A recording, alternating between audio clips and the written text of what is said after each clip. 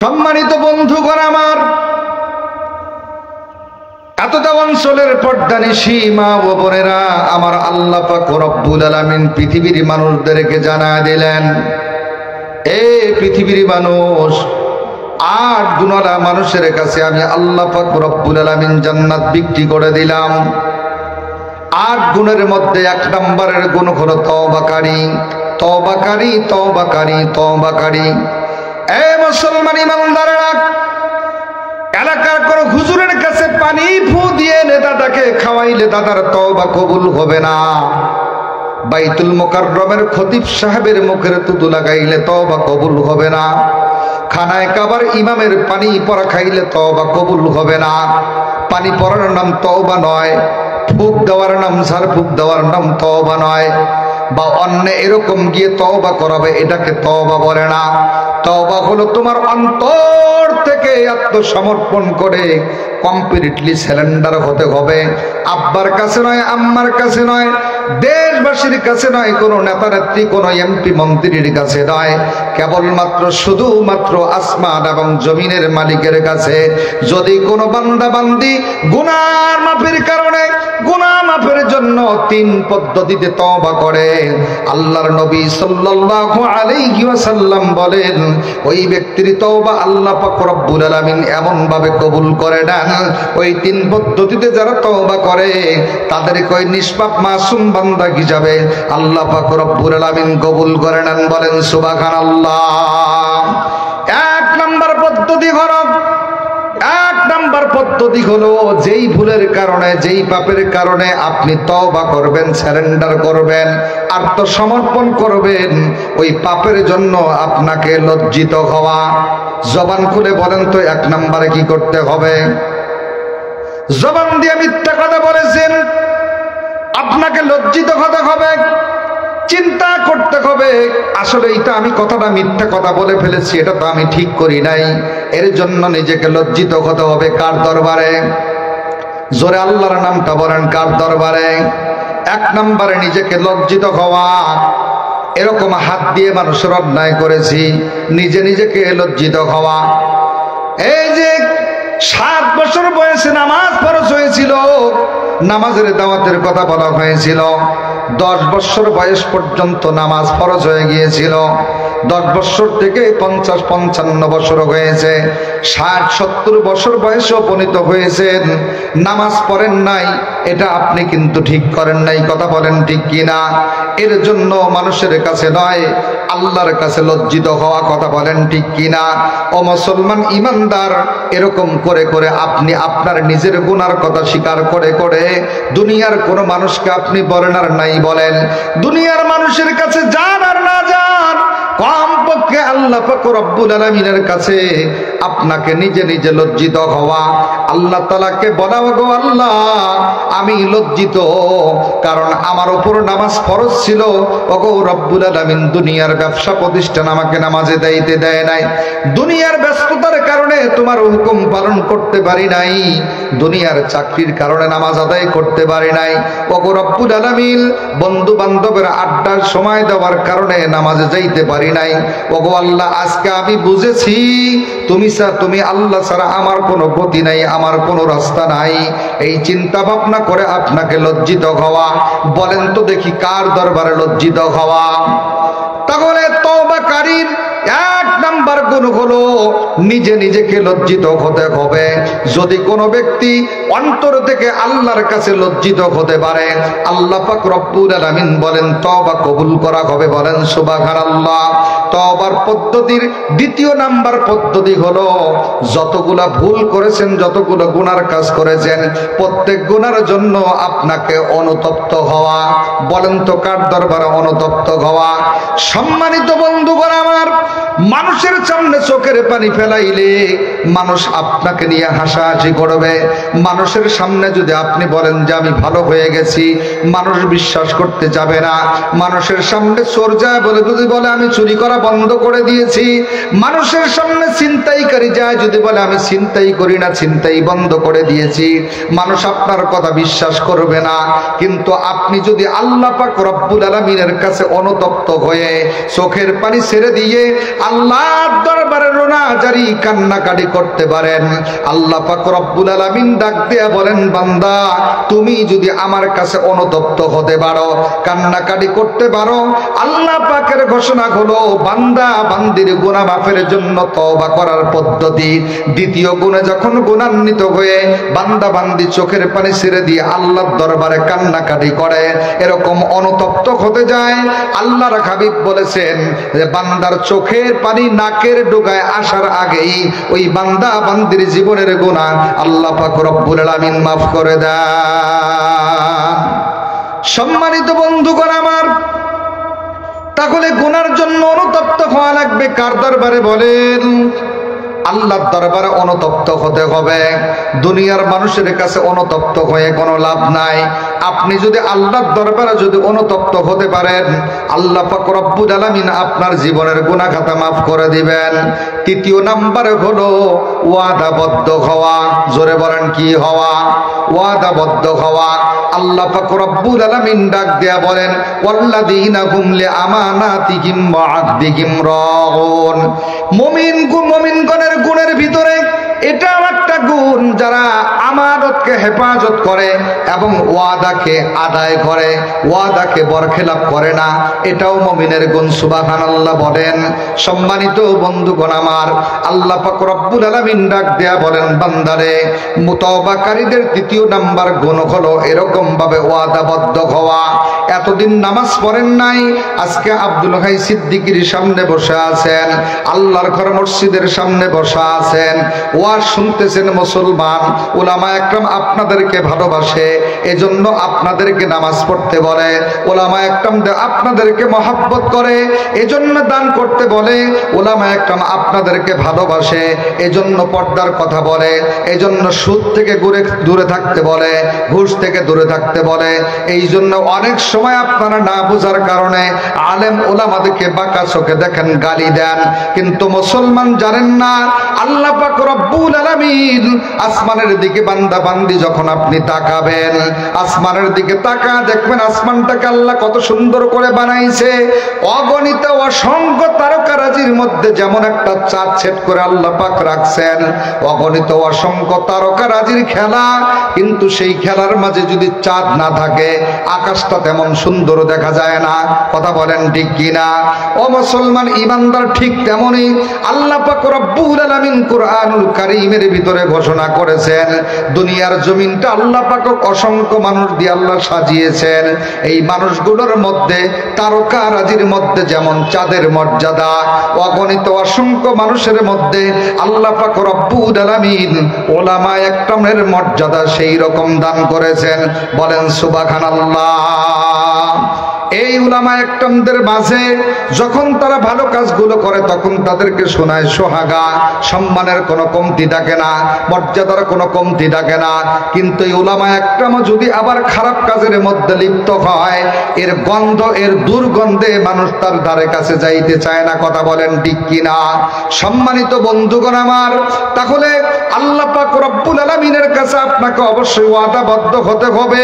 ওয়াদাটা যেন এরকম হয়, ওগো রব্বুল আলামিন, এতদিন নামাজ পড়ি নাই, বুঝে আসে নাই, আজকে এই আলোচনা শোনার পর বুঝে আসছে, নামাজ না পড়লে জাহান্নামের আগুনে জ্বালা লাগবে, নামাজ না পড়লে বেঈমান হয়ে কবরে যাওয়া লাগবে, নামাজ না পড়লে কবরের মাটি চাপ দিবে, নামাজ না পড়লে বিভিন্ন শাস্তিতে ভোগ করা লাগবে।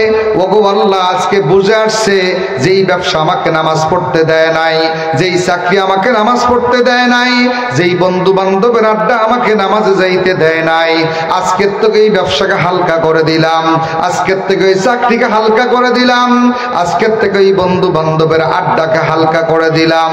এরকম নিয়ত করে আল্লাহ পাক রব্বুল আলামিনের কাছে যদি আপনি ওয়াদাবদ্ধ হতে পারেন, আল্লাহ পাককে যদি বলতে পারেন, ওগো আল্লাহ, আজকের থেকে 5 ওয়াক্ত নামাজ আমি সঠিকভাবে আদায় করব, আর নামাজ কাজা করব না, আজকের থেকে আমার বউ বেটিকে পর্দার ভিতরে রাখবো, আর পর্দার খেলাপ করব না, এতদিন সুদের কারবারে ছিলাম, আজকের থেকে তওবা করলাম আর সুদ খাবো না। এতদিন অন্যায়ভাবে মানুষের উপর জুলুম করে ঘুষের টাকা নিয়েছিলাম, আর কোনোদিন ঘুষের টাকা গ্রহণ করব না। জবান দিয়ে মানুষের গীবত শেখায়াত করেছিলাম, আর কোনোদিন এগুলো করব না। জবান দিয়ে মানুষের এরকম ভাবে অন্যায় কথা বলেছিলাম, আর কোনোদিন করব না। কারণ আল্লাহর নবী সাল্লাল্লাহু আলাইহি ওয়াসাল্লাম বলেন, আল মুসলিমু মান সালিমাল মুসলিমুন মিন লিসানিহি ওয়া ইয়াদিহি। খাঁটি মুসলমান হলো ওই ব্যক্তি যাহার হাত এবং মুখ হইতে অপর মুসলমান নিরাপদ থাকে। বলেন সুবহানাল্লাহ। এই জন্য আল্লাহ তাআলার কাছে যদি ওয়াদাবদ্ধ হইতে পারেন, আল্লাহ পাক রব্বুল আলামিনের কাছে যদি বলতে পারেন, ওগো আল্লাহ, আজকের থেকে আমি নামাজ ধরলাম, এখন রমজান মাস আসলে রোজা রাখবো, আর কোনোদিন গুনার কাজের মধ্যে লিপ্ত থাকো না। আল্লাহর হাবিব সাল্লাল্লাহু আলাইহি ওয়াসাল্লাম বলেন যে ওই ব্যক্তি এমন ভাবে আল্লাহর দরবারে কবুল হবে। ও মুসলমান ইমানদার, মুসলমান ইমানদার, গাভীর বাট থেকে দুধ দহন করে জমিনের মধ্যে একবারে যদি বাহির করা হয়, এই দুধ যেমন ভাবে আর ওই বাটের ভিতরে প্রবেশ করানো সম্ভব নয়। যখন কোনো মানুষ এরকম পাক্কা তওবা করে, খাঁটি দিলে তওবা করে যখন আল্লাহর দিকে ফিরে আসে, ওই লোকটাও আল্লাহ পাক রব্বুল আলামিনের কাছে মুমিন মুসলমান হিসাবে কবুল আর মঞ্জুর হয়ে যায়। বলেন সুবহানাল্লাহ। তাহলে কয় পদ্ধতিতে তওবা করবেন? বলেন বলেন। 3 পদ্ধতিতে। এক পদ্ধতিতে কি? নিজেকে লজ্জিত হওয়া। কার কাছে? কার কাছে লজ্জিত হওয়া? আল্লাহর কাছে। 2 নম্বরে হলো কি? অনুতপ্ত হওয়া, চোখের পানি ছেড়ে দিয়ে আল্লাহর দরবারে রোনাজারি করা। 3 নম্বরে হলো ওয়াদাবদ্ধ হওয়া আল্লাহর দরবারে। এই 3 পদ্ধতিতে যারা তওবা করবে, আল্লাহর হাবিব সাল্লাল্লাহু আলাইহি ওয়াসাল্লাম বলেন যে ওই ব্যক্তির উপর আল্লাহ কি পরিমাণ খুশি হন। বলবো বলবো কি বলবো? যে ব্যক্তি 3 পদ্ধতিতে তওবা করে, আল্লাহ পাক রব্বুল আলামিন ওই ব্যক্তির উপর কি পরিমাণ খুশি হন। সম্মানিত বন্ধুগণ, বড় বাড়িতে হালাল পন্থায় ব্যবসা করতে গেছেন, লালমনিরহাট শহরে হালাল পন্থায় ব্যবসা করতে গিয়ে এরকম ব্যবসাও মোটামুটি লাভবান হয়েছেন, কিন্তু ব্যবসার থেকে ফিরে আসার পথে আপনার পকেট থেকে আপনার যেটা ব্যবসার মূলধন ছিল, লাভ যেটা হয়েছে, সম্পূর্ণটা আপনার অগোচরে রাস্তায় কোন জায়গায় যেন হারিয়ে গেছে। আপনি বাড়িতে আসার পর পকেটে হাত দিয়ে যখন দেখলেন যে আপনার পকেটে লাভও নাই, আসলও নাই, আপনি তখন খুশি না বেজার? কথা কি আমার বুঝেন না? আপনারা তখন খুশি না বেজার? টেনশন কম হবে না বেশি হবে? কি স্যালাইন তো মনে হয় 1-2টায় কাজ হবে না, কবে পায়ে 2টা লাগা, হাতে 2টা লাগা, পারলে মাথায় 4টে লাগা। কথা বলেন ঠিক কিনা? কারণ সব টাকা হারায় গেছে, এখন উপায় কি হবে? সম্মানিত বন্ধুগণ, এক পর্যায়ে আপনি অসুস্থ হয়ে গেলেন, অজ্ঞান হয়ে গেলেন। কিসের জন্য? টাকা হারিয়ে গেছে, লাভ আসল সব হারিয়ে গেছে। ঠিক আপনি অসুস্থ হচ্ছেন, বারে বারে জ্ঞান হারাচ্ছেন, বারে বারে জ্ঞান ফিরে পাচ্ছেন। হঠাৎ করে কোনো ব্যক্তি আইসা আপনার বাড়ির গেটে অজানা একটা মানুষ এরকম দরজায় করাঘাত করতেছে, আপনি তাকে চেনেন না, জানেন না। আইসা বলতেছে, এ বাড়ির মালিক কি আব্দুল সাত্তার মিয়া, আব্দুল জব্বার মিয়া? বাড়ির লোকজন বলতেছে হ্যাঁ হ্যাঁ। বলতেছে ওই চাচা কই? বলছে সে তো অসুস্থ। আর অসুস্থ হয়েছে কিসের কারণে? বলছে তার টাকা পয়সা আসল ফসল যা ছিল সব হারিয়ে ফেলছে, এখন সে অজ্ঞান। যে বলছে তার সাথে একটু কথা বলতে চাইতাম, বলল না, এই সময় অচেনা কোনো লোকের সাথে কথা বলতে দেওয়া যাবে না, কারণ সে তো অসুস্থ। কথা বলেন ঠিক কিনা? কারণ ওই গেটের লোক যখন যদি বলে যে আমি তাকে সুস্থ করার জন্যই গেটে দাঁড়াইছি, তখন কি ওই লোকের সাথে দেখা করতে দিবে কি দিবে না? কথা কয় না? দেখা করতে দিবে না? আরো যদি বলে যে যেই কারণে ওই ব্যক্তি অসুস্থ হয়েছে, যেই টাকার মহব্বতে, যেই টাকা হারানোর কারণে ওই ব্যক্তি বারে বারে অজ্ঞান হচ্ছে, জ্ঞান ফিরাচ্ছে, ওই ব্যক্তি ওই টাকা পয়সা আমি নিয়ে আসছি, আমি রাস্তায় টাকা পরে পাইছি, পাইয়া আমি তাকে টাকা ফেরত দেওয়ার জন্য আসছি, আপনারা বলেন তো দেখি ওই ব্যক্তির আরো স্যালাইন কি শরীরে লাগা থাকবে? কথা বুঝেন না? লাগা থাকবে। কি হবে? সরাও স্যালাইন ধরাও ডাক্তার, কোটে আমার টাকা পাওয়ালা ভাই নিয়ে আমি তার বুকে জড়ায় ধরি। কথা বলেন ঠিক কিনা? জোরে কোন ঠিক কিনা? সম্মানিত বন্ধুগণ আমার, উদাহরণটা জন্য দিলাম, আল্লাহর নবী সাল্লাল্লাহু আলাইহি ওয়াসাল্লাম বলেছেন, পৃথিবীর মানুষেরা শুনে রাখো, টাকা হারানো ব্যক্তি টাকা পাওয়ার পর যেই পরিমাণ খুশি হয়, মরুভূমির অজানা হারানো পথে গিয়ে উট হারানো ব্যক্তি উট পেয়ে যেমন খুশি হয়, আল্লাহর নবী সাল্লাল্লাহু আলাইহি ওয়াসাল্লাম বলেন, তিন পদ্ধতিতে যারা তওবা করে ওই তওবাকারী ব্যক্তির উপর আসমান এবং জমিনের মালিক আল্লাহ পাক রব্বুল আমিন কত বড় খুশি হয়ে যান। টাকা হারানো ব্যক্তি টাকা পাওয়ার পরে যেই পরিমাণ খুশি হয়ে যান, উট হারানো ব্যক্তি উট পাওয়ার পরে যেই পরিমাণ খুশি হয়ে যান, আল্লাহর হাবিব সাল্লাল্লাহু আলাইহি ওয়াসাল্লাম বলেন, যখন কোনো ব্যক্তি তওবা করে আল্লাহ পাক রব্বুল আলামিনকে নামাজের ভিতরে গিয়ে সিজদা দেয়, তওবা করে আল্লাহ পাক রব্বুল আলামিনকে খুশি করার জন্য সমাজের মানুষের সাথে ভালো ব্যবহার করে, তওবা করে আল্লাহ পাককে রাজি এবং খুশি করার জন্য সমাজের ভিতরে ভালো ভালো কাজ গ্রহণ করে, তওবা করার পরে আল্লাহ পাক রব্বুল আলামিনকে রাজি এবং খুশি করার জন্য স্ত্রী সন্তানদেরকে পর্দার ভিতরে আনে, তওবা করে আল্লাহ পাককে রাজি এবং খুশি করার জন্য যেমন করে হারাম পথ থেকে হালাল পথে পরিচালিত করায়, আমার আল্লাহ পাক রব্বুল আলামিন বলেন, উট হারানো ব্যক্তি উট পেয়ে যেমন খুশি হয়ে যায়, এরকম টাকা হারানো ব্যক্তি টাকা পাওয়ার পর যেই রকম খুশি হয়ে যায়, আল্লাহ পাক রব্বুল আলামিন ওই তওবাকারী ব্যক্তির ওপর তার চাইতে বেশি বেশি খুশি হয়ে যান। বলেন সুবহানাল্লাহ। সম্মানিত বন্ধুগণ আমার, তাহলে তিন পদ্ধতিতে তওবা করলে আমার আল্লাহ পাক রব্বুল আলামিন তওবাকারীর তওবাকে কবুল করে নেন। ও মুসলমান ইমানদার, আমাদের বাংলাদেশের লোকের তওবা আর আরব দেশের লোকের তওবা, অর্থাৎ এই জামানার মানুষের তওবা আর সাহাবা আজমাইনদের মাঝের তওবা আকাশ পাতাল ব্যবধান। এই জন্যই তো সমাজের ভিতরে শান্তি নাই, এজন্যই তো সমাজের ভিতরে শান্তি নাই, সংসারের ভিতরে শান্তি নাই, সন্তান এজন্য তো এই পিতামাতার কথা শোনে না, স্ত্রী তো এই জন্য স্বামীর কথা শোনে না, এজন্য তো ভাই ভাই বলে না, ভাই বোন বলে না। কথা বলেন ঠিক কিনা? আব্বা তার সন্তানকে দেখতে পারে না, সন্তান তার আব্বাকে দেখতে পারে না, ইমাম সাহেব জনগণকে দেখতে পারে না, মুসল্লিরা ইমাম সাহেবকে দেখতে পারে না। বিভিন্ন কারণে, ভুল বুঝাবুঝির কারণে সমাজের ভিতরে ফিতনা তৈরি হয়। এরকম গুমরাহি আর পথভ্রষ্টর দিকে মানুষ ধাবিত হতে লাগে। ও মুসলমান ইমানদার, সাহাবায়ে কেরামদের তওবার পদ্ধতি ছিল তিনটা, যেই পদ্ধতি আপনাদের সামনে তুলে ধরলাম। এই পদ্ধতিতে তওবা করেছিলেন আল্লাহর নবীর একজন সাহাবী। এ মুসলমান ইমানদারগণ, আল্লাহর নবী জান্নাতি নবীর জবানের দিকে তাকায়া, আল্লাহর নবীর চেহারার দিকে তাকায়া, আল্লাহর নবীর জবান থেকে এরকম কথাবার্তা শুনে অগণিত অসংখ্য কাফের মুশরিকেরা এরকম ভাবে ইসলামের ছায়াতলে এসেছিল। আল্লাহর নবী সাল্লাল্লাহু আলাইহি ওয়াসাল্লামের একজন সাহাবী, এই সাহাবী 2, 4, 5, 10টা বছর মুসলমান হয়েছে, এরকম বয়স হয় নাই। কেবলমাত্র শুধুমাত্র একদিন নয়, 2 দিন নয়, 1 বছর নয়, 2 বছর নয়, 18 থেকে 20 দিন বয়স হয়েছে। আল্লাহর নবী সাল্লাল্লাহু আলাইহি ওয়াসাল্লামের হাতে হাতটা দিয়া কালিমা পড়ে মুসলমান হয়ে ইসলামের ছায়াতলে স্থান পেয়েছে। এই মুসলমান ইমানদার, আল্লাহর নবীর সাহাবীর বয়স হইল 19 দিন। একদিনের ঘটনা, হযরতে ওমরে ফারুক রাদিয়াল্লাহু তাআলা আনহু রাস্তা দিয়ে হাঁটি হাঁটি পা পা করে বিশ্ব নবীর দরবারের দিকে যাইতে চায়।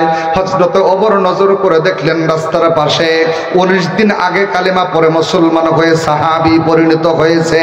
এই সাহাবী কেন রাস্তার পাশে হাউমাউ করে কান্নাকাটি করে?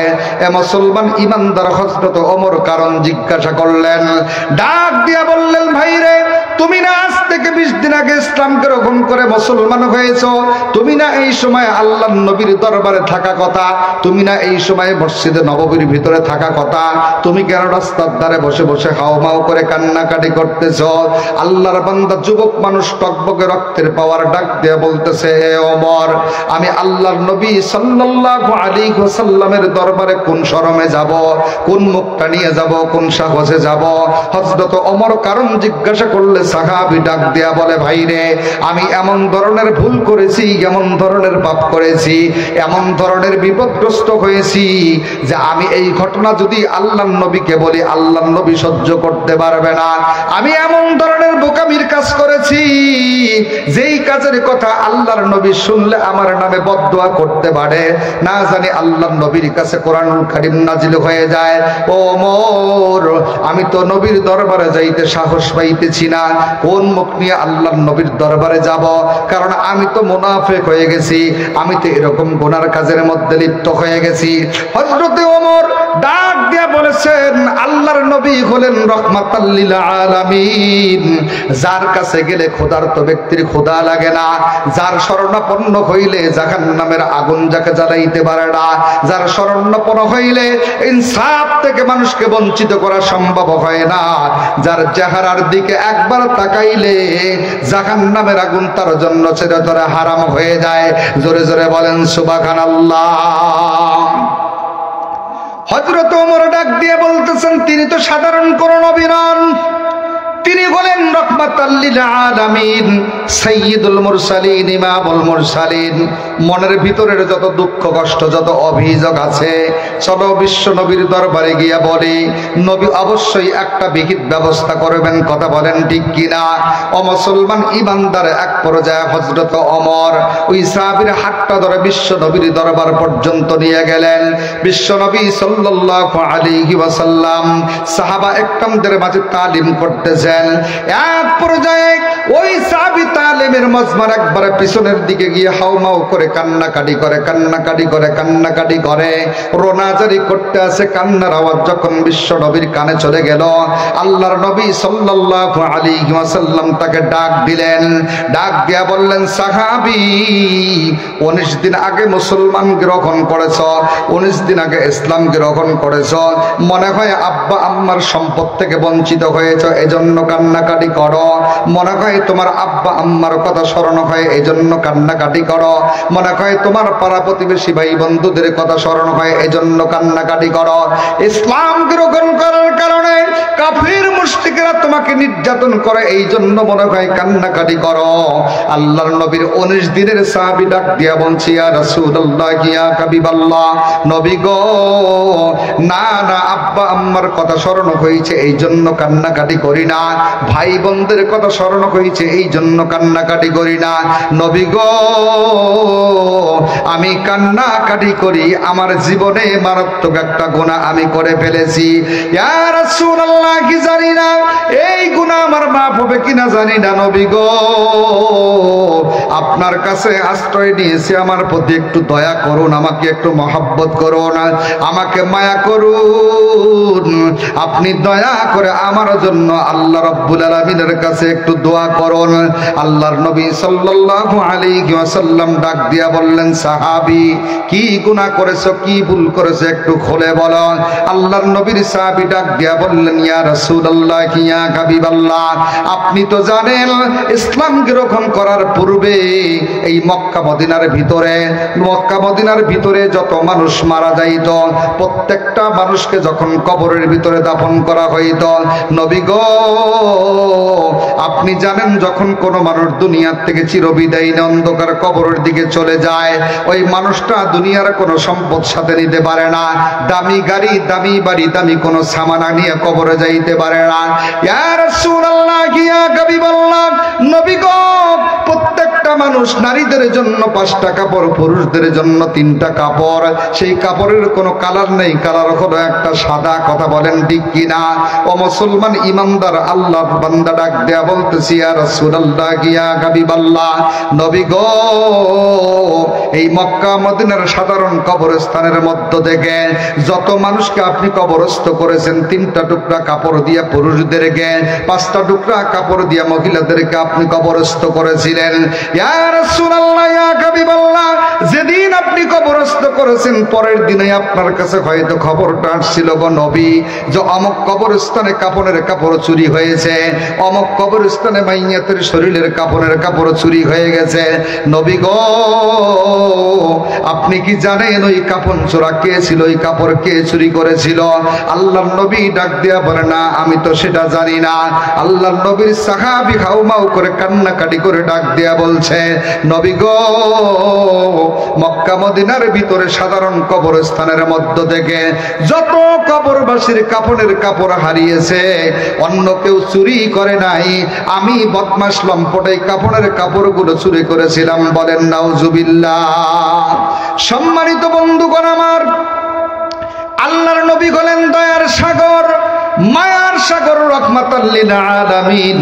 আল্লাহর নবী সাল্লাল্লাহু আলাইহি ওয়াসাল্লাম ডাক দিয়া বললেন, সাহাবী, কাপনের কাপন চুরি করেছো অসুবিধা নাই, নামাজ কাজা করেছো অসুবিধা নাই, জেনা করেছো অসুবিধা নাই, সুদ খাইছো, ঘুষ খাইছো, বদমাশি করছো, লম্পটি করছো, অন্যায়ভাবে মানুষের সম্পদ ঠকায় নিছো, অসুবিধা নাই।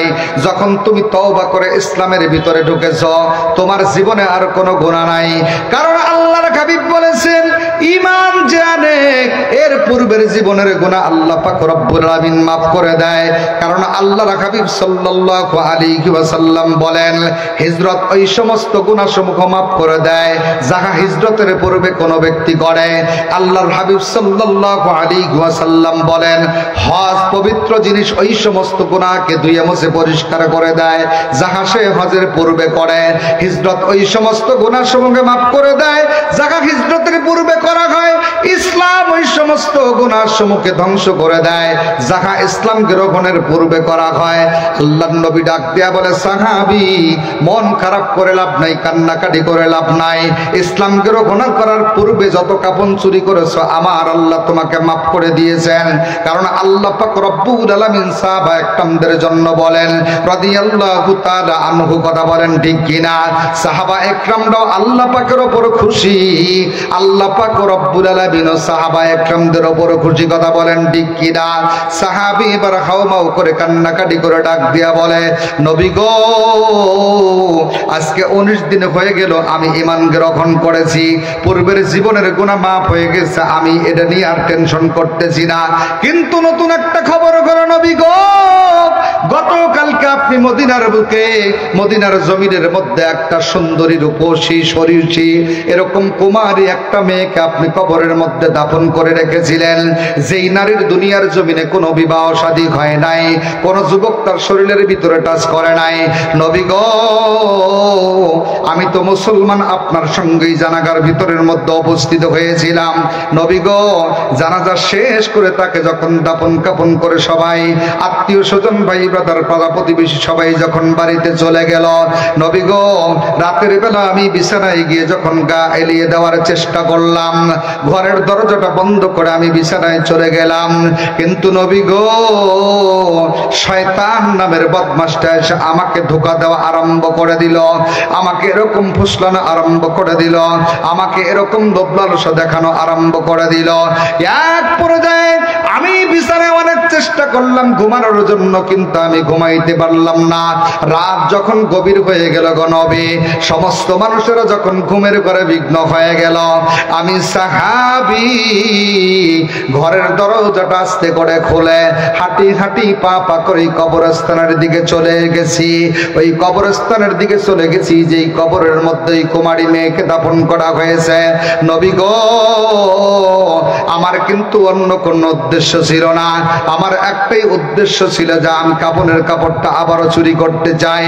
ইয়া রাসূলুল্লাহ, ইয়া হাবিবাল্লাহ, নবী গো, আমি যাইতে যাইতে যখন কবরস্থানের গেট দিয়ে ভিতরে প্রবেশ করলাম, কবরের নিকটবর্তী যখন পৌঁছে গেলাম, এক পর্যায়ে কবরের মাটিগুলো উপর থেকে যখন ধীরে ধীরে সরানো আরম্ভ করে দিলাম, মাটিগুলো এক পর্যায়ে সরানো শেষ হয়ে গেল, বাঁশের খাটলিগুলো এরকম ভাবে সরায় সরায় দিয়া আমি যখন নজর করে দেখলাম ওই কাপড়ের দিকে, এরকম সাদা পলপলা কাপড় দেখে আমার লোভ আর আমি মানতে পারলাম না।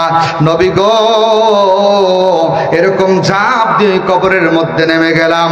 ইয়া রাসূলুল্লাহ, ইয়া হাবিবাল্লাহ, যেই বাবা সেই কাজ, কবরের মধ্যে নেমে আমি ওই নারীর দেখে কাপড়ের কাপড়টা খুলে ফেললাম। এক পর্যায়ে কাপড়ের কাপড়টা হাতের মধ্যে পেঁচায় নিয়া যে আমি কবর থেকে উঠে আসবো, সেই করতে শয়তান আমার নফস আমাকে আবার ধোঁকা দিয়া দিল। নফস আমাকে ডাক দেয়া বলল, এ যুবক, তুমি শুধু কাপড়ের কাপড়টা চুরি করলা, তুমি কি নজর করে দেখলা না এই কবরের ভিতরে কত সুন্দরী, কত রূপসী ব্যক্তিকে ঘুমায় দেওয়া হয়েছে, শোয়ায় দেওয়া হয়েছে। যুবক ডাক দেয়া বলে, নবী গো, আমার দিলের ভিতরে ন্যায়ের কোনো কাজ করলো না, আমার ন্যায়ের পক্ষে আমি চলে গেলাম। আমার এই নফসটা তখন ওই নারীর প্রতি চলে গেল। আমি নজর দিয়া দেখলাম আমার নফস বলতেছে যে এই নারীর গায়ে জীবনে কোনো পুরুষ হাত দেয় নাই, তার চেহারাটা মদিনার কোনো লোকে দেখতে পারে নাই। নবী গো, শয়তান আমাকে ধোঁকা দিলে শুধু কাপড় চুরি করলেই তো হবে না, আজকেই তো তোমার শেষ চুরি, আর তো কোনোদিন চুরি করবা না, আজকেই তো আবার গিয়ে তওবা করবা, আর তো কোনো অসুবিধা হবে না। এ যুবক, যা যা, যেই নারীর শরীর থেকে তুই কাপড়ের কাপড়খানা খুলে ফেললি, যুবক রে, যেহেতু আবার ফজরের নামাজ পড়ে তুই তওবা করবি, বিদায় তুই দ্রুত গতিতে গিয়ে ওই নারীর সাথে কবরের ভিতরে জেনার মধ্যে লিপ্ত হয়ে যা। বলেন নাউজুবিল্লাহ। সম্মানিত বন্ধুগণ আমার, এক পর্যায়ে যুবক কবরের ভিতরে নামে ওই মৃত ব্যক্তির সাথে, ওই নারীর সাথে জেনার কাজটা যখন নতুন কাজ করে ফেলল, জেনার কাজ করতে করতে এক পর্যায়ে ফজরের আজান হয়ে গেল। মসজিদে নববীর থেকে আজানের ধরিগুলো সরে আসতেছে, এরকম ভাবে পূর্ব গরণে সূর্যি মামা আলো দিচ্ছিল। এক পর্যায়ে আল্লাহর নবী সাল্লাল্লাহু আলাইহি ওয়াসাল্লাম ঘটনাটা এরকম ভাবে শুনতেছেন। যুবক ডাক দেয়া বলে, নবী গো, আমার যখন এই বড় ধরনের গুনার কাজটা যখন আমি করে ফেললাম, আমি কবর থেকে উঠে আসার যখন চেষ্টা করলাম গো নবী, ঠিক এই মুহূর্তেই কবর থেকে একটা আওয়াজ আমার কানের মধ্যে ভেসে আসলো। জোরে জোরে কোন সুবহানাল্লাহ। হে মুসলমান ইমানদাররা, কবর থেকে যেই আওয়াজটা ভেসে আসলো, সেই আওয়াজটা যুবকের কলিজার ভিতরে ধাক্কা দিল। কবর থেকে যেই আওয়াজটা আসলো, সেই আওয়াজটা বিশ্ব নবীকে যুবক তখন জানায় দিল। যুবক ডাক দেয়া বলে, নবী গো, ওই কবর থেকে ওই নারী আমাকে ডাক দিয়া বলল, যুবক রে, তুমি কি এমন অন্যায় করলা, কি কাজ করে ফেললা? দুনিয়াতে তো আমার এই দেহখানা ভিন্ন কোনো পুরুষে দেখতে পারে নাই, এরকম কোন পুরুষ আমার দেহের ভিতরে টাচ করতে পারে নাই, কিন্তু যুবক, জীবিত থাকতে যেই গুনার মধ্যে আমি নারী লিপ্ত হলাম না, হায় রে যুবক, তুমি না মুসলমান, তুমি না আল্লাহর নবীর সাহাবী, কোন সাহসে তুমি আমার দেহের মধ্যে ডাক্তার লাগাইলা? এ যুবক, তুমি একটা বারের জন্য চিন্তা করলা না আমি দুনিয়ার জমিনে কোনো প্রকারের গুনার কাজের মধ্যে লিপ্ত হইলাম না? তুমি আমাকে মৃত্যুর পর আমার কবরের ভিতরে আমার কেন অন্যায় করলা? এ যুবক, যদিও আজকে আমি তোমাকে কিছু করতে পারলাম না, প্রতিশোধ নিতে পারলাম না, কিন্তু আমি হাসরের মাঠে যেদিন আল্লাহর দরবারে আমি হাজির হব, আল্লাহকে ডাক দিয়া বলবো, গো আল্লাহ, মৃত ব্যক্তি আমি, আমার সাথে যেই নির্যাতনটা করা হয়েছে গো আল্লাহ, হাসরের মাঠে এই অগণিত অসংখ্য মানুষের সামনে এই যুবকের বিচার করতে হবে। জোরে জোরে বলেন সুবহানাল্লাহ। এক পর্যায়ে আল্লাহর যুবক যখন কবরবাসীর এই নারীর কণ্ঠ থেকে এই আওয়াজ সতর্কবাণী যখন শুনলেন, যুবকের চিন্তায় পড়ে গেলেন, কবরের কিনারায় বসে বললেন, এক হাতের মধ্যে কাপড়ের কাপড় পেছানো। যুবক এবার চিন্তা করতেছেন, হায় রে, এখন বুঝে আসছে, অনেক নামাজি ব্যক্তি আছে, নামাজ মাঝে মাঝে পড়ে, আবার যখন নামাজ ছুটে যায় কয় আজকের বেলা যায়, যা কালকের থেকে পড়ব। নামাজের সময় পার হয়ে যাওয়ার পর আফসোস করে, কথা বলেন ঠিক কিনা? আফসোস করে, হায় রে, এমনি তো বসে বসে সময় কাটাইলাম, কেন নামাজ আদায় করলাম না? মা বোনেরা চিন্তা করে আগামীকাল থেকে পর্দা করবো, আর পর্দার খেলাপ করব না, কিন্তু সময় যখন অতিবাহিত হয়ে যায় তখন আফসোস আর আফসোস করে। এ মুসলমান ইমানদার, আফসোসটাও মুসলমানদের একটা ইমানের একটা অংশ, কথা বলেন ঠিক কিনা? এ এ মুসলমান ইমানদার যুবক তো কবরের কিনারায় বসা, কি ভুল করে ফেললাম, কি ভুল করে ফেললাম, চিন্তায় পড়ে গেল। হায় রে, আমি না মুসলমান, আমি না ইমানদার, আমি না আল্লাহর নবীর সাহাবী, কোন হিসাবে আমি এই মক্কার নবীর দরবারে নিয়ে যাব? কিন্তু ওমরের সঙ্গে দেখা হওয়ার পরে ওমর তো আল্লাহর নবীর দরবার পর্যন্ত নিয়ে আসলো। এই সমস্ত ঘটনা যখন বিশ্ব নবীর দরবারে খুলে বলল, বিশ্ব নবী বলেন তো দেখি, আপনাদের সামনে এ ধরনের কোনো ঘটনা বললে আপনারা মেনে নেবেন নাকি? বলবেন তাকে ধরো, মারো, কাটো, ফাঁসিতে ঝুলাও, পাথর নিক্ষেপ করো, কথা বলেন ঠিক কিনা? সে তো এই পাপের শাস্তি এটাই তার হতে পারে, এরকম করে ফেলতেন। বিশ্বনবীর বেলাও তাই ঘটল। বিশ্বনবী যখন এই কথাটা শুনলেন, বিশ্বনবী তাকে ধমক দিয়া দিলেন, দূর হও, দূর হও, আমার দরবার থেকে, আমার মজমাত থেকে দূর হয়ে যাও, তুমি আমার সামনে চোখের সামনে আসো না। এক পর্যায়ে আল্লাহর যুবক আল্লাহর নবীর দরবার থেকে হাউমাউ করে কান্নাকাটি করে বাহির হয়ে চলে আসলেন। যুবক আরো চিন্তায় পড়ে গেলেন, হায় রে, কার কাছে যাব? এলাকার কোনো মেম্বার চেয়ারম্যানের কাছে গিয়ে তো লাভ হবে না, ভাই বন্ধুর কাছে গিয়ে লাভ হবে না, কারণ আমি এমন পাপের কাজ করেছি যেই পাপ আমার আত্মীয় স্বজন, ভাই ব্রাদার কেউ মেনে নিবে না, কথা বলেন ঠিক কিনা? যুবক এবার চিন্তায় পড়ে গেল, কোথায় যাব? বাড়িতে গেলে জিজ্ঞাসা করবে কি আমি অন্যায় করেছি, টালিতে গেলে জিজ্ঞাসা করবে কি অন্যায় করেছি, বাজারে গেলে বাজারের মানুষ জিজ্ঞাসা করবে কি পাপ করেছি, এরকম কোন জায়গায় যাব? কারো কাছে যাওয়ার তো আমার মুখ থাকবে না।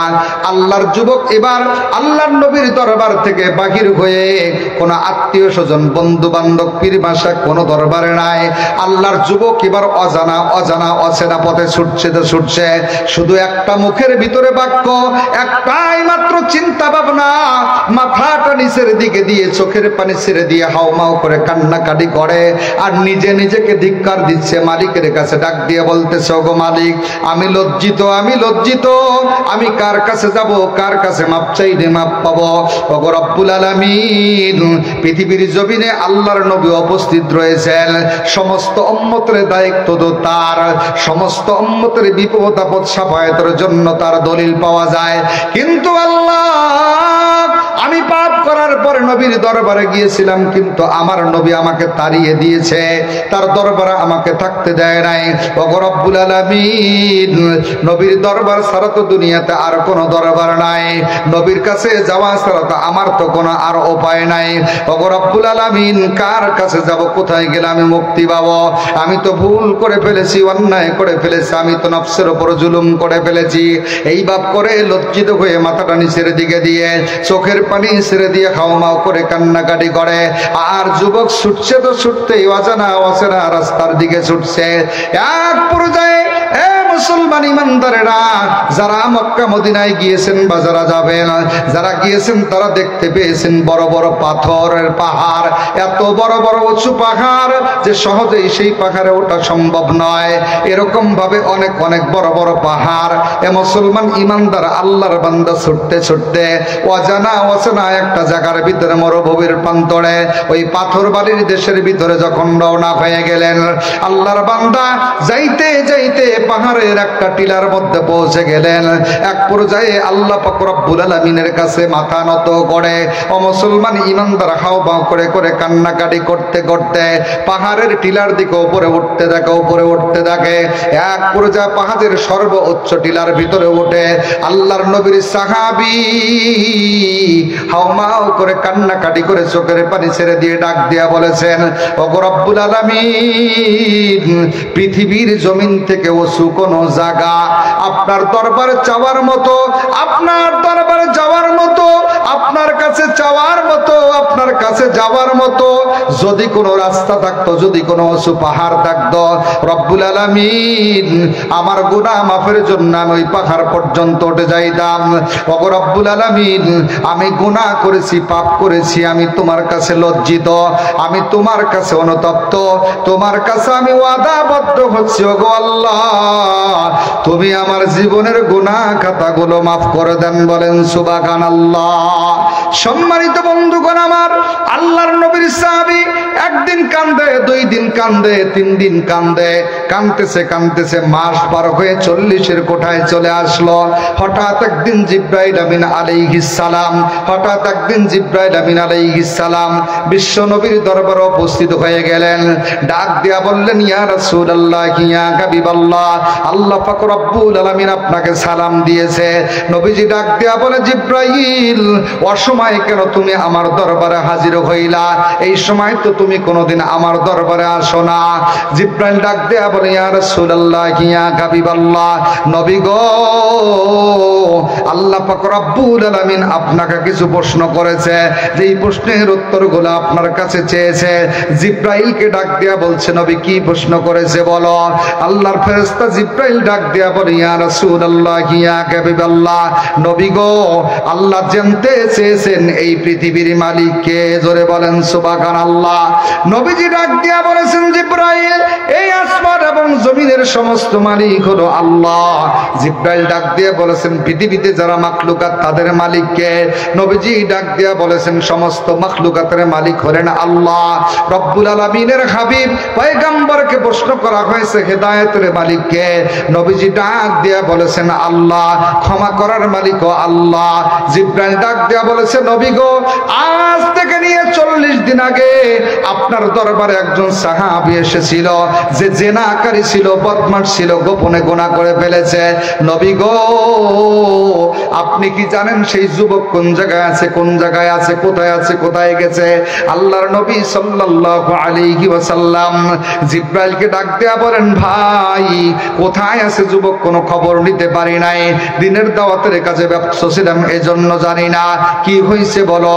হযরত জিব্রাইল বিশ্ব নবী সাল্লাল্লাহু আলাইহি ওয়াসাল্লামকে ডাক দেয়া বলেছে, নবী গো, ওই যুবক গুনার কাজের মধ্যে লিপ্ত ছিল ঠিকই, পাপের কাজ করেছে ঠিকই, কিন্তু সে নিজে নিজে লজ্জিত হয়ে, পাপ করার পরে লজ্জিত হয়ে, অনুতপ্ত হয়ে চোখের পানি ছেড়ে দিয়ে কান্নাকাটি করতে করতে চোখের কোণার মধ্যে ঘা বানিয়ে ফেলছে। এই মদিনার সবচাইতে উঁচু পাহাড়ের টিলার মধ্যে ওঠে কান্নাকাটি করতে করতে আল্লাহ পাককে সন্তুষ্টি করে দিয়েছে। নবী গো, ওই যুবকের কান্নাকাটি চোখের পানি আল্লাহর দরবারে কবুল হয়ে গিয়ে ওই যুবকের সমস্ত প্রকারের গুনাহ খাতা আল্লাহ পাক রব্বুল আলামিন মাফ করে দিয়েছেন। বলেন সুবহানাল্লাহ। এক পর্যায়ে আল্লাহর নবী সাল্লাল্লাহু আলাইহি ওয়াসাল্লাম জিব্রাইল মাধ্যমে খবরটা পাওয়ার পরে আল্লাহর নবী সাহাবীদেরকে ডাক দিলেন। আবু বকর, ওমর, সালমান ফারসি বড় বড় প্রমুখ সাহাবীদেরকে ডাক দিলেন। ডাক দিয়া বললেন, ও আমার সাহাবীরা, যাও যাও, তাড়াতাড়ি কোথায় আছে আমার ওই সাহাবী, খুঁজে নিয়ে আসো। এক পর্যায়ে সাহাবীর একটা কাফেলা মরুভূমির প্রান্তর দিয়ে হাঁটা আরম্ভ করে দিলেন। ওই সাহাবী কোন জায়গার ভিতরে আছে খোঁজা শুরু করে দিলেন। খুঁজতে খুঁজতে এমন একটা মরুভূমির প্রান্তরে চলে গেলেন, আমাদের বাংলাদেশ শুধু নয়, তামাম বিশ্ব থেকে যত রাখালেরা ওই মক্কা মদিনার মধ্যে রুট চড়ায়, দুম্বা চড়ায়, বকরিগুলা চড়ায়, এ মুসলমান ইমানদার আমি গুনাহগার এই চোখ দিয়ে দেখে এসেছি রে ভাই রে। ছাতার কোনো ব্যবস্থা নাই, ঘরের কোনো ব্যবস্থা নাই, এত প্রচন্ড রোদ, এত গরম, এর মাঝেও তারা মোটা মোটা কাপড় পরিধান করে এরকম উটগুলো চড়ায়, দুম্বাগুলো চড়ায়, কত কষ্ট করে প্রবাদ জীবন তারা অতিবাহিত করে। ও মুসলমান ইমানদার, এক পর্যায়ে আল্লাহর নবীর সাহাবীরা এরকম মরুভূমির পাথর এবং বালুর উপর দিয়ে হাঁটতে হাঁটতে আল্লাহর নবীর ওই সাহাবীকে তালাশ করা আরম্ভ করে দিলেন। খুঁজতে খুঁজতে এমন একটা জায়গায় যে উপনীত হলেন, যেই জায়গার ভিতরে কিছু রাখালেরা এরকম উট চড়াইতেছেন, দুম্বা চড়াইতেছেন, বেড়া বকরিগুলো চড়াইতেছেন। আল্লাহর নবীর সাহাবীরা রাখালদেরকে ডাক দিলেন। ডাক দেয়া বল, রাখালেরা শোনো, তোমরা কি এমন একজন শীর্ণ জীর্ণ শীর্ণ কোন যুবককে দেখেছো নাকি, যে সব মুহূর্তে সর্বমুহূর্তে কান্নাকাটি করে? তোমরা কি এমন কোন যুবকের তালাশ বলতে পারবা নাকি, খবর বলতে পারবা নাকি? রাখালের ডাক দেয়া বলে, পথিকেরা, কোথায় আপনাদের বাড়ি, কোথায় আপনাদের ঘর? আমরা তো আপনাদেরকে চিনি না, তবে ওই যুবককে আমরা চিনি না, যাকে আপনারা খুঁজতেছেন আমরা জানি না। তবে ও পথিকেরা শোনো, এই আমাদের এই মাঠের এই পাশে উঁচু একটা পাহাড় আছে, এই পাহাড়ের টিলার মধ্যে একটা যুবক একদিন নয়, 2 দিন নয়, দীর্ঘ 40টা দিন অতিবাহিত হয়ে গেল। ওই যুবক এই পাহাড়ের টিলার মিনার মধ্যে দাঁড়িয়ে দাঁড়িয়ে হাওমাও করে করে আসমানের দিকে হাত তুলে আল্লাহর দরবারে ক্ষমা চায়। জোরে কোন সুবহানাল্লাহ। সাহাবীদের বুঝতে বাকি রইল না, ডাক দিয়া বললেন, ওই যুবকের আরো কিছু গুণাগুণ, আরো কিছু চরিত্রের কথা বলল। রাখালেরা ডাক দিয়া বলে, প্রতিদিন সন্ধ্যাবেলায় আমরা যখন উটগুলো নিয়ে বাসায় ফিরতে চাই, আমরা উটগুলো দহন করি, বকরিগুলো দহন করে দুধ জমাই। ও যুবকেরা, ও পথিকেরা, তোমরা শোনো, আমরা এই দুধ দহন করার পরে যতটুকু দুধ দহন হয় আমরা এগুলো পান করি। কিন্তু যুবক ওই কান্নাকাটি করতে করতে আমাদের মাঝ পর্যন্ত আসে, আমরা তাকে জোরপূর্বক এক পেয়ালা বা হাফ পেয়ালা দুধ দিয়া দেয়। সেটা সে খাওয়ার পরে আবার ওই পাহাড়ের টিলায় গিয়ে আবারও হাওমাও করে কান্নাকাটি করে। ও পথিকেরা শোনো, এই যুবকের কান্নাকাটির আওয়াজ আমাদের এই বেড়া বকরি দুম্বাগুলোর কাছে যখন চলে আসে, ও পথিকেরা শোনো, ওই যুবকের কান্নাকাটির আওয়াজ যখন আমাদের এই বেড়া বকরিগুলো শোনে, ওই কান্নার আওয়াজের সাথে কান্না মিলিয়ে ওই যুবকের